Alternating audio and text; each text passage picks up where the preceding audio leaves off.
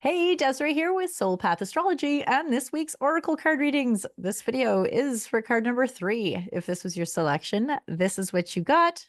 But as always, before I reveal it, I do invite you to like, love, share. If you find value in these videos, hit subscribe. If you haven't yet, please do.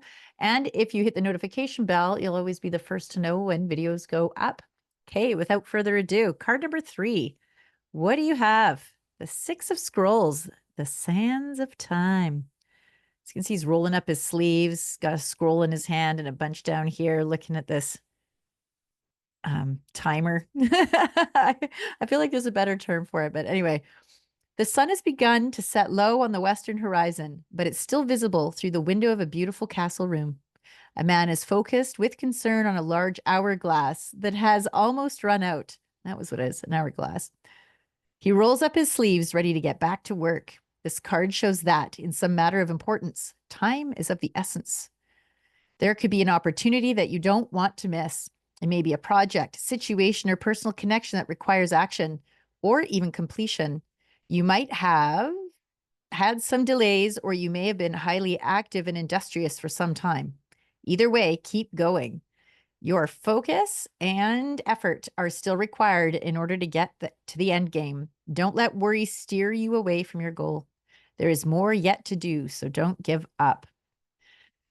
Yes. Are you feeling that? Is there an urgency inside you? A sense of like, I have a thing and I have got to do the thing and I've been trying to do the thing and I feel like I've been doing that thing and it's not really getting off the ground. Or maybe you've been putting it off and putting it off and you've got that like procrastination thing happening and you're really starting to feel like you've got to jump on this wave. Jump on it. And if there's something that's holding you back from doing it, a fear or a tendency to talk yourself out of it, there's a really beautiful opportunity right now to like grab that little voice and hear it, like bring it into your conscious awareness. I think I just cross-eyed there. Bring that voice into your conscious awareness so you can see what it is that you're telling yourself. Because procrastination is largely like a trauma response, it's a fear response. Procrastinating comes from this fear of if I do the thing, then I'm entering into the unknown. And if I don't know what I don't know, who there could be monsters in there. Like our brains are wired to protect.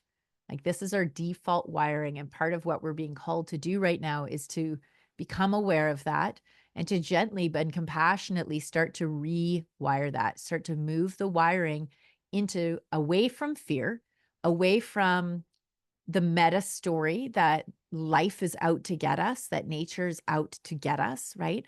And start moving it into a meta story, into a collective mythos of it's here supporting us, it's here nourishing and nurturing us, that when people die, when people and things change, that that's part of a natural process. This isn't something to fight. This isn't something to try to control, right? So as we can start to rewire our minds away from fear and into welcoming what's arriving, welcoming that everything that life presents is here for our growth.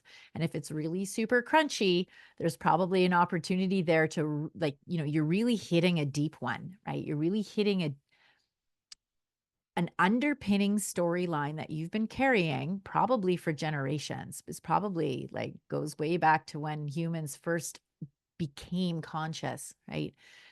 That it's scary. I mean, you imagine what it was like back then. We're living in caves and there's like saber-toothed tigers and it's like, holy shit, like like it would have very much been an accurate assessment to believe the world was out to get you.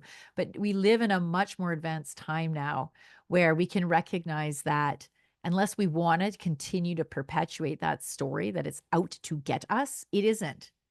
It's trying to maintain balance. It's trying to maintain an equilibrium, right? And sometimes that means loss, but that doesn't mean it's out to get us. You see, this is an important distinction. So I know this card was about time, but it kind of moved into why do we procrastinate? And why we procrastinate is because of a fear response. And so if you're feeling a sense of urgency, have compassion for that part of you that's feeling the urgency. Have compassion for the part of you that's wanting to put the brakes on and not move forward with it. but make the conscious choice to move forward. I don't want to create a sense of fearful, you better hurry up because time's running out, because it's not that. It's that impulse, that urgency impulse is a very natural part of life. Like there needs to be pressure to get movement to happen. And right now in your life, there's some kind of pressure that's asking you to get going on something. So get going on it and be loving for the part of you that's afraid to. Maybe get curious about what it's afraid to and see if you can soothe those fears and do the thing. Do the thing. It's time. Okay. Love you guys. I have something very exciting to announce. There is a in-person event that myself and my bestie Jerry are doing at Kind Ice Cream tonight. It's through our Quantum Shift Circles, and it's also in collaboration with My Rewilding Revolution and Jerry's Living from Heart Center.